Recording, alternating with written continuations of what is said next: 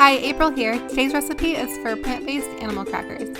In a medium to large bowl, you're going to add half a cup of sugar and half a cup of melted or slightly melted butter, vegan butter. Mix that up really good with a spoon or a mixer until it's nice and creamy. Add a half a teaspoon to 1 teaspoon of orange extract. It gives it a classic animal cracker flavor. To make our egg replacement, we're using 1 teaspoon of baking soda and 1 tablespoon of apple cider vinegar mixed together. Add to your butter mixture. Mix well with the other ingredients until well combined. Add a pinch of salt, 1 cup and a half of all-purpose flour, half a cup of oat flour, 1 teaspoon of baking soda. Mix well until a dough forms. The dough is going to be really thick and it's going to be crumbly. You don't have to use a spoon, you can also use a mixer if you have one.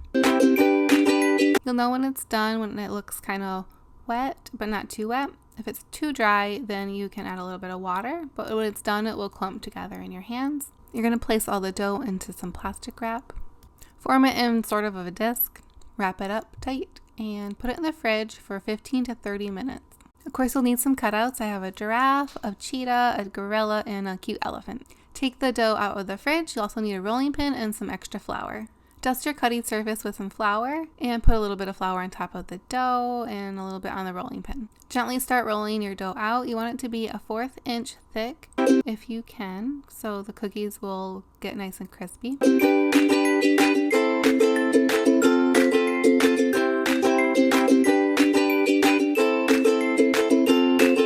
Once the dough is thinly rolled out, you're going to dip your cookie cutter into flour and then start cutting out shapes.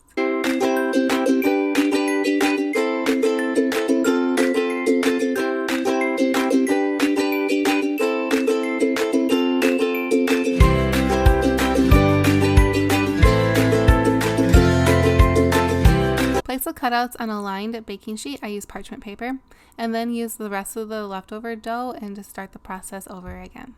Bake them in the oven at 350 degrees for 13 to 14 minutes until golden. Cool completely, and then you can store them in an airtight container for a week. This recipe makes around 50 animal crackers, but it all depends on the size of your cutters. Thanks for watching.